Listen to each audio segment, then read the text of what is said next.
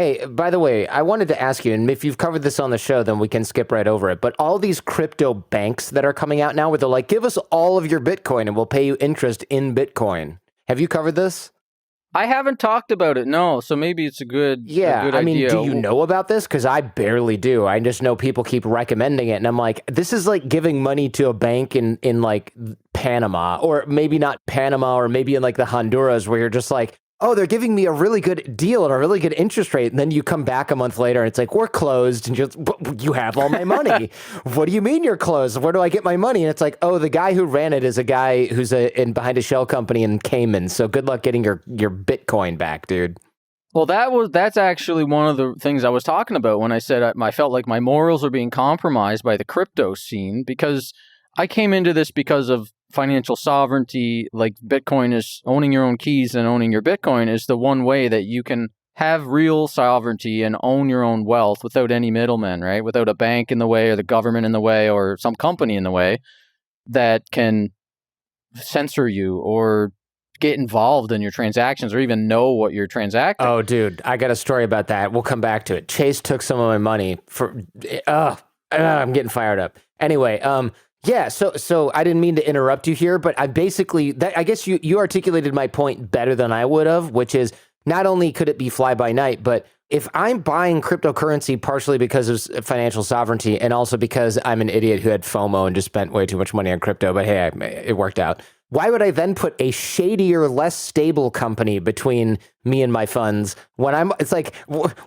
talk about bad game theory. If with Wells Fargo, at least I can walk in there and be super freaking annoying until they give me a check or tell me what's going on. But if this is just a website, like it's like letting a drug dealer hold all of your money instead of putting it in a bank. It's like, which one is worse? I don't know, but at least I know where the bank branch is and I can never get a hold of Calvin. Calvin Air? My drug dealer. Oh, yeah, okay. So there's 3 levels of risk here. There's the top level of risk. So we'll do this like the Mormon heavens, right? There's like the absolute scams at the bottom, right? And those are the ones that are, deposit your Bitcoin, we'll double it. Like the Twitter hack that just happened the other day. They're like, send us Bill Gates and like do you Trump think that was a scam or a state actor attack against? I think, what is it? Occam's razor, where the simplest explanation is probably the likely one. Uh-huh.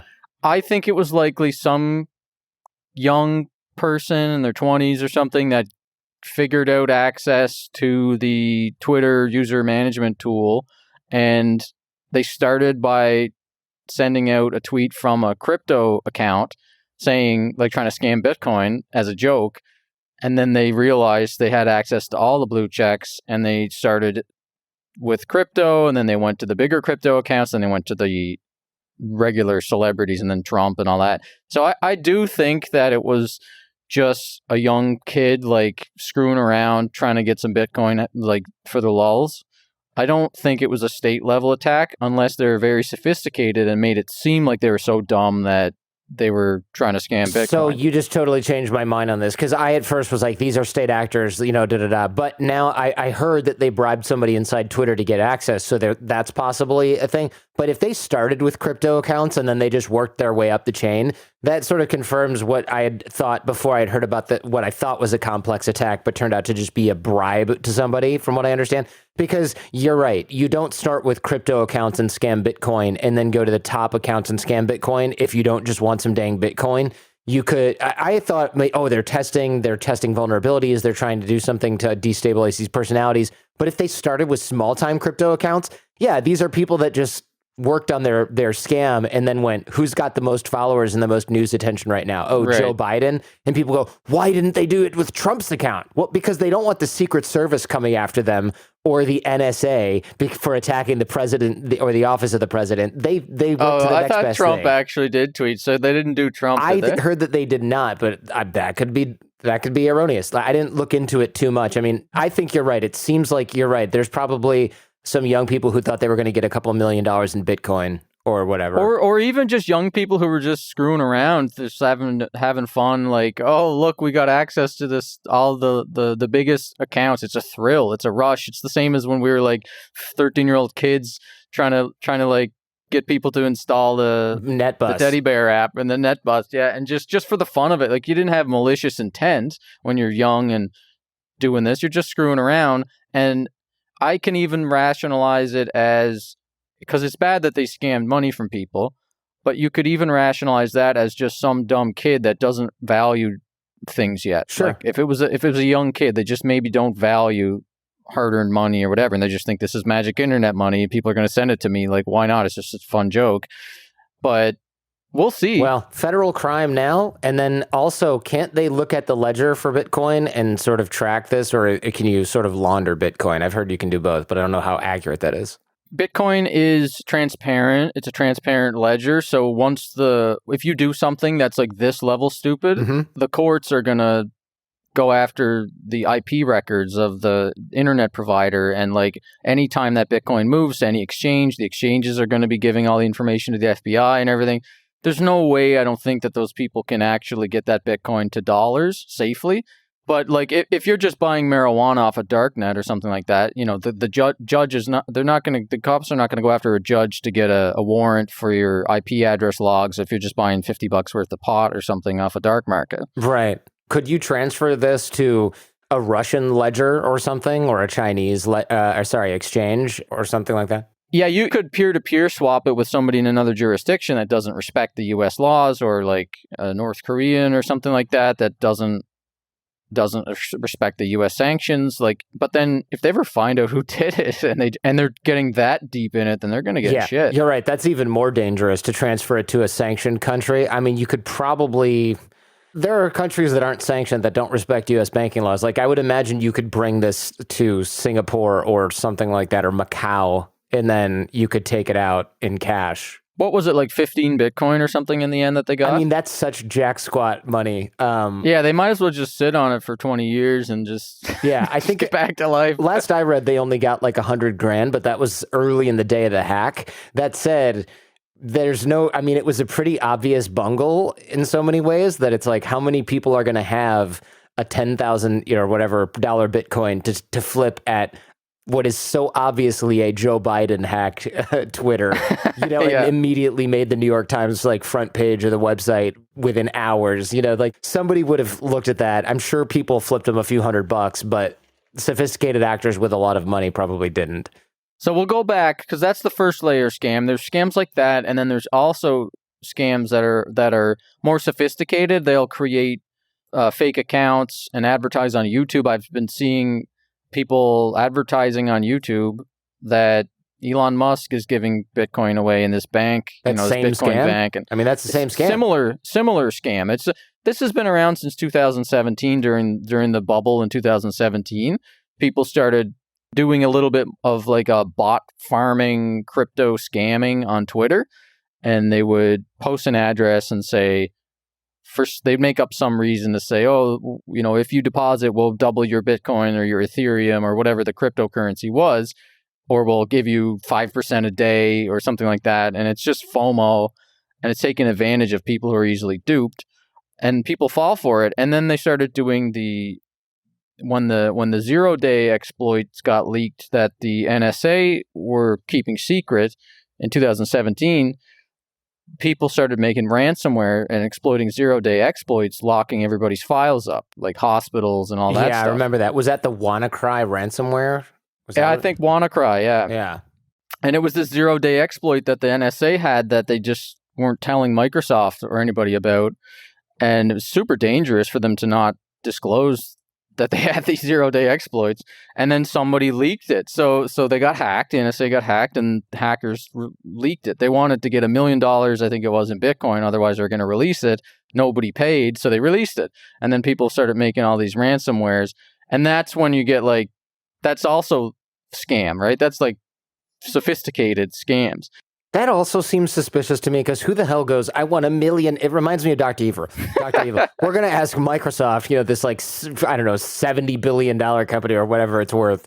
We want $1 million. And it's like, no. You want 10 because that's the level at which an executive can go, just make this go away. right? Like they could do that. They probably have a titanium or black Amex card somewhere in their glove compartment that can they can make a quick call and get that transaction approved for the Bitcoin with the card. Like, just do it.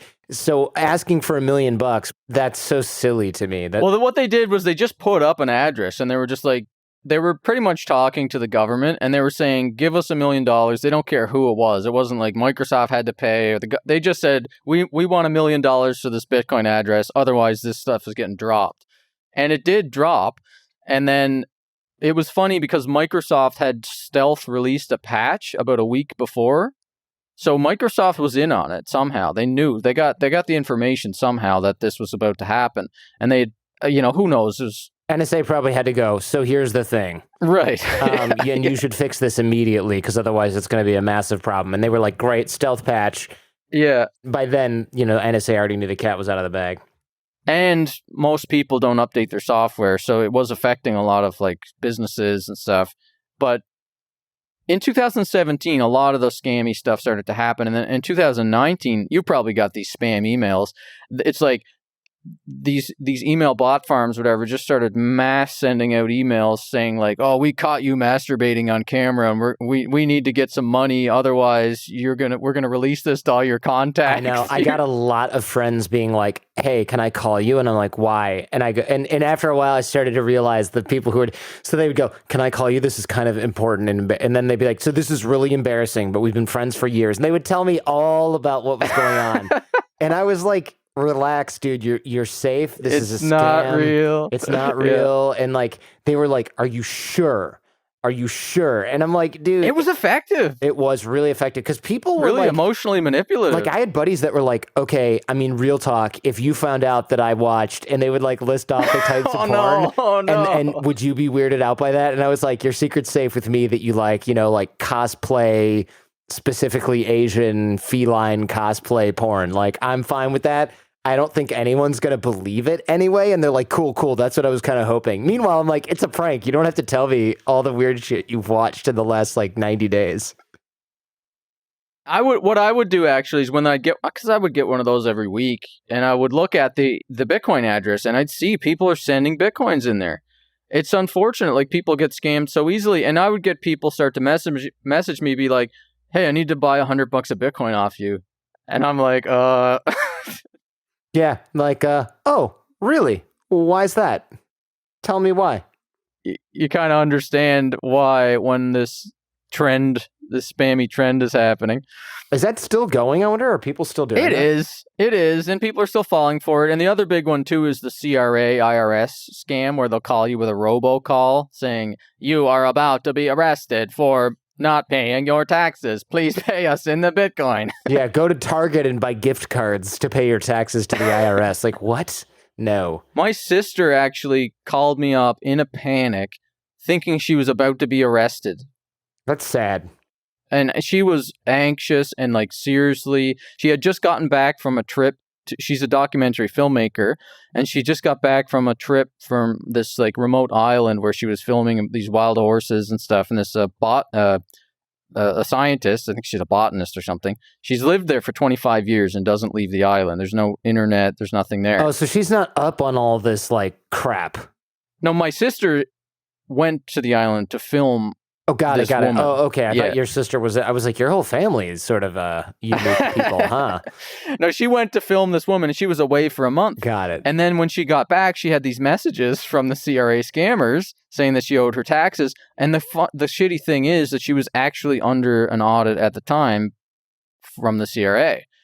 And the CRA in Canada is brutal, and they audit like tons of people. People get audited all the time. So this scam is even more effective because they call up pretending to be relating to the audit, and chances are there's going to be an audit at some point in someone's life for their taxes. So they get extra credit for the scam because people are like, "Oh crap, like this is real. I'm actually going to be arrested." And then they start trying to find a Bitcoin ATM and try to pay Bitcoin. I mean, it got so bad that the RCMP had to go to all the Bitcoin ATMs and hang up posters saying, "The CRA will never ask you to pay for your taxes in Bitcoin." Oh, that's actually good that they did that, because they could have just played along, or they could have gone down the road of like, "Ooh, see, Bitcoin's dangerous," Right. Yeah. like what some of the mainstream news ran with the story after the Twitter hack was like the Bitcoin scam and like the scammers of Bitcoin and all this, rather than like when a big bank gets caught money laundering billions of dollars for a Mexican drug cartel, they don't say the US dollar scam. No. The fiat, the they Wells say Fargo scam. Yeah, the HSBC scam. No, we don't hear about that. We hear about and when you do hear about it, they don't blame it on the US dollar and say, "Oh, we don't need you. We shouldn't have US dollars because look at what these banks did to launder money for the drug cartels. So we should ban Bitcoin and US dollars because it's all being used." Right. Yeah, that's a good point. Yeah, it's like, see, there's no recourse. It's like, so if I give somebody a few grand in cash, I have recourse. Tell me what recourse I have. I'm waiting. I'll wait. Right. Right. Yeah.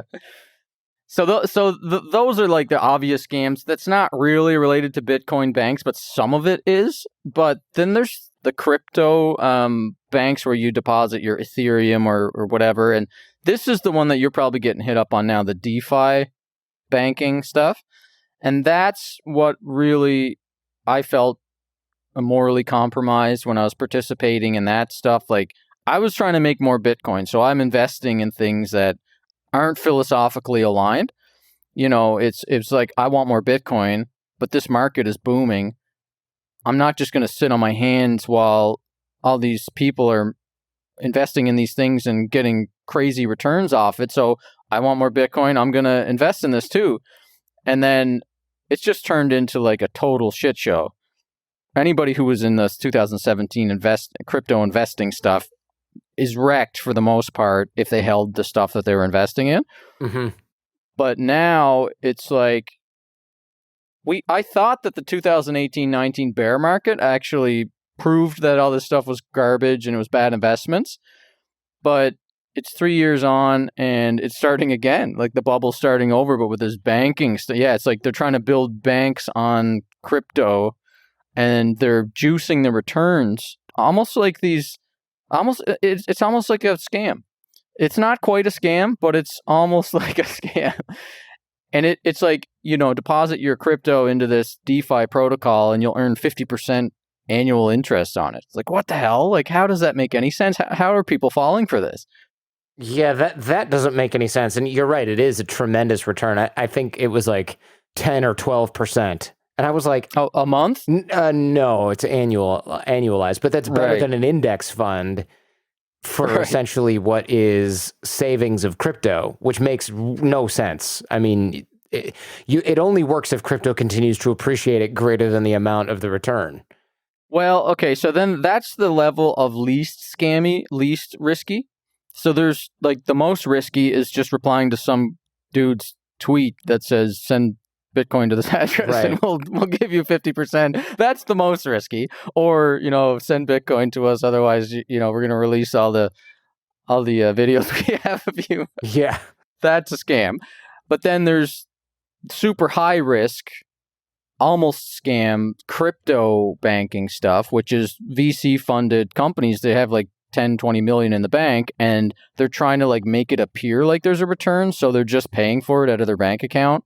And it's almost like high-speed trading. It's like a Ponzi scheme, right? It's like what Madoff was doing. Here's your fake return that I'm just manufacturing. Yeah, except they're not guaranteeing return. It's a market return, so it's floating. So they suck people in with these high returns, 50% annualized return or something like that, and you get paid out in these shitcoin tokens, and then those shitcoin tokens go down in value, and the VCs stop giving shitcoin tokens. So then the return eventually will trend to zero, right? Like regular interest rates will, once it's efficient. But it's just super inefficient right now, and it's only like 1,000 people that are playing with these protocols, these cryptocurrency DeFi protocols. So most of it is just whales and quants and math people like trading with each other, and it's juicing the returns to make it look so appealing. But I'm hearing really smart people, like even people from MMT, high net worth individuals coming to me saying like, should I buy this DeFi thing because it's got like a 50% return? I want to get a 50% return. And I'm just like, oh man, this is like the 2017 bubble starting all over again. Yeah.